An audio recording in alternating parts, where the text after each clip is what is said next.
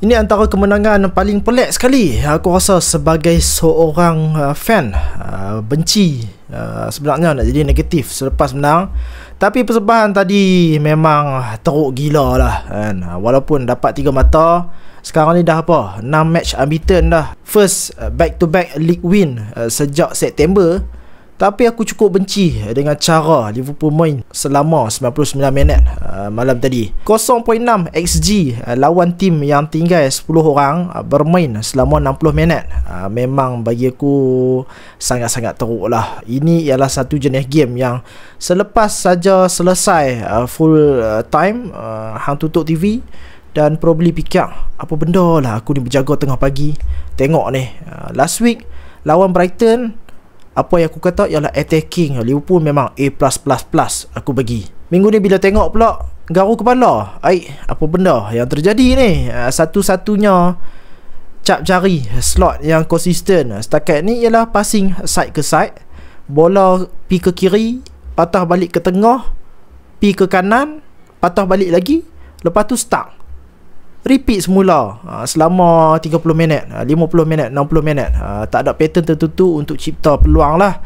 Tak ada langsung aku rasa mekanisme yang jelas untuk pecahkan dan juga buka blok. Yang ada mungkin cuma harapan so that individu pull something out of the bag untuk selamatkan Liverpool lah. Banyak sangat benda yang tak kena sampai tahap macam aku fikir, depa ni main sekadar cuma tak mau kalah saja. Hard to beat tu penting, tapi bila sampai tahap hampir tak cipta peluang langsung, benda tu dah jadi isu besar untuk aku. And benda ni actually paling jelas bila kita tengok bahasa badan pemain sendiri.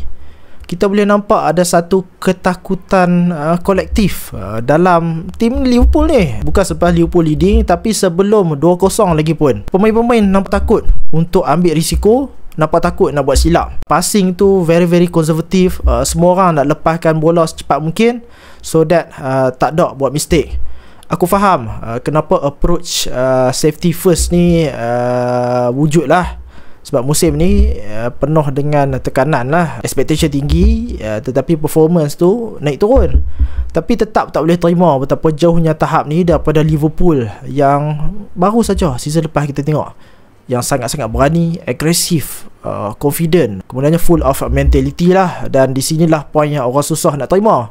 Dalam situasi Liverpool sekarang, kejar 3 mata semata-mata sepatutnya aku rasa bukan keutamaan utama. Memang dengar tu macam tak logik, sebabnya in order to make your job safe, Liverpool dan juga Arne Slot perlu dapatkan mata. Tapi mata yang Liverpool cuba kutip sekarang ni bagiku hanyalah untuk solidify top 4. Kita ni practically dah out of title race dah pun.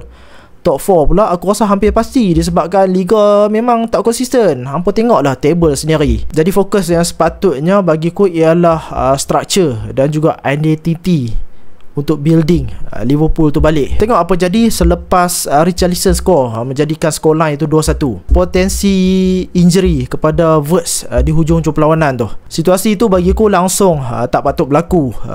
Wirtz terpaksa sprint habis-habisan naik padang minit 98 masa tu ke, sebab Liverpool langsung tak ada kawalan permainan. Walaupun lawan dah tinggal 9 pemain, tapi Liverpool masih lagi kelang kabut, masih lagi terkejap-kejap. Bayang sendiri, sepatutnya bila lawan dah down to 10 man, 9 man, expectation minimum aku rasa ialah kontrol, pegang bola, sekelit, tarik lawan, bunuh tempo, paksa mereka lari tanpa bola.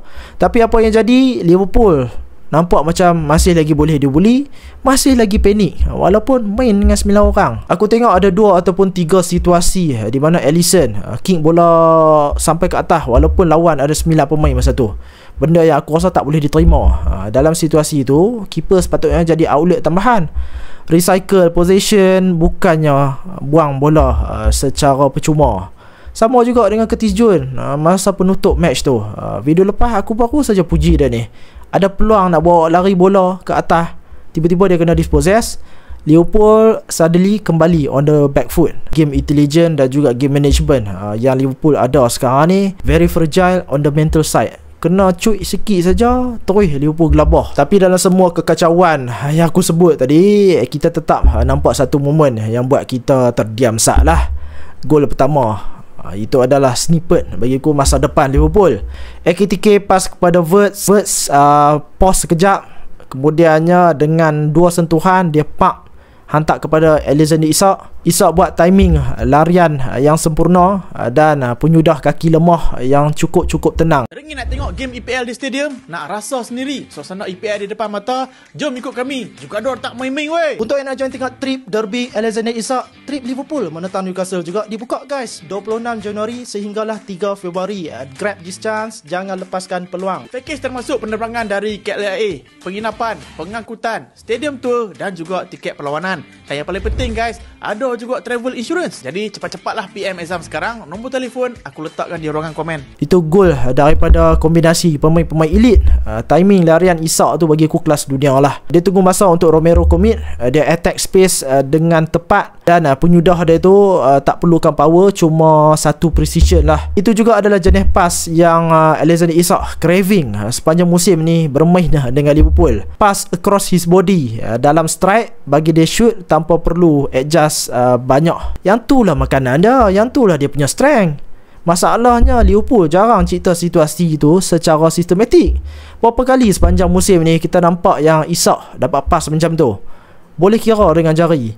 Sedangkan striker macam dia ni sepatutnya hidup dengan servis macam tu untuk setiap game. Dan dalam happy bila tengok Isak skor gol pertama Liga, Wirtz dapat assist pertama Liga. Aku juga tak boleh menidakkan fakta yang gol tu wujud bukan sebab slot ball berjaya pecahkan lawan, berjaya pecahkan struktur lawan. Gol tu wujud disebabkan Coutinho Romero buat kesilapan. Memang Liverpool ambil peluang, tapi Liverpool juga tak cipta peluang tu sendiri. Yang ni lah tunjukkan isu terbesar Liverpool sekarang ni. Liverpool tak tahu macam mana nak create chances secara konsisten. Nampak macam tak natural, tak ada automatism tu, macam dipaksa-paksa. Hampa tengok aku emosi. Bukannya aku tak seronok boleh menang, tapi aku mengharapkan way better daripada ni lah kan. Come on, standard aku tinggi kot. I'm not that easy to please lah. Dan sebut pasal emosi, red card Xavi Simon tu 2 kali dah ni. Virgil van Dijk kena tapak sampai kena red card. Captain Dutch pula tu. Tapi dah ada bukti pun, review VAR punya panjang pun, Thomas Frank masih lagi duk cuba petikai. Dia kata yang dia tak setuju dengan keputusan tu. Bagi dia tackle tu tak reckless, tak ada excessive force, dan sepatutnya kad kuning saja. Untuk kad merah Coutinho Romero, kalau yang tu dia ada audacity untuk komplain juga, sumpah aku tak faham. Kawan sepanjang match duk melenting dekat ref cari pasal sana sini, memang mendapat lah cerita dia. Tapi dalam konteks perlawanan ni, red card tu sepatutnya menjadikan momentum untuk Liverpool tu kuat. Dia sort of like mematikan game untuk Spurs. Sepatutnya lah, tapi sebab Liverpool tak ada kawalan, advantage numerical tu jadi hampir tak bermakna, dan Liverpool hampir concede gol kedua daripada percubaan Richarlison, mistake daripada Curtis Jones tu. And akhir sekali, isu kecederaan Alexander Isak pula memang buatkan semua orang risau lah. Isak masuk sebagai pemain gantian dan terus bagi impak yang besar. 11 minit selepas dia masuk, dia jaringkan gol pembukaan, gol pertama di dalam Liga untuk Liverpool. Tapi malangnya dia tak sempat pun nak betul-betul celebrate gol tu sebab kena scissor kick oleh Mickey van der Ven. Isak akan jalani scan untuk tengok that severity of the injuries. Hopefully ada berita manis-manis lah yang kita dapat sehari ataupun 2 hari lagi. Harapan semua orang aku rasa sama je. Please janganlah kecederaan yang serius, dan tolong bukan ACL. Aku sanggup rasanya ambil injury lain 3-4 minggu pun tak ada masalah lah, berbanding dengan ACL lah. Sebab kalau ACL ni memang dia boleh jadi berlarutan sampai ke musim depan.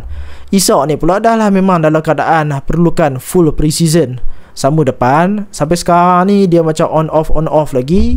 Jadi kalau contohnya dia kena ACL pula, memang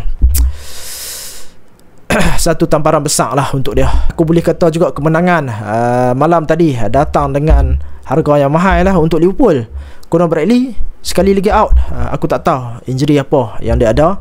Florian Wirtz hujung-hujung tu dia limping. Aku tak tahu sama ada cramp ataupun ada injury hamstring or whatever. Kita akan tahu selepas ni. Kemudiannya Szoboszlai lah akan terlepas match menentang dengan Wolves disebabkan kad kuning kelima. Liverpool pun boleh kata sebenarnya bernasib baik, ramai lagi tak out injured. Tengok cara Spurs approach perlawanan pagi tadi, gila betul mereka ni. Darah pahlawan lain macam.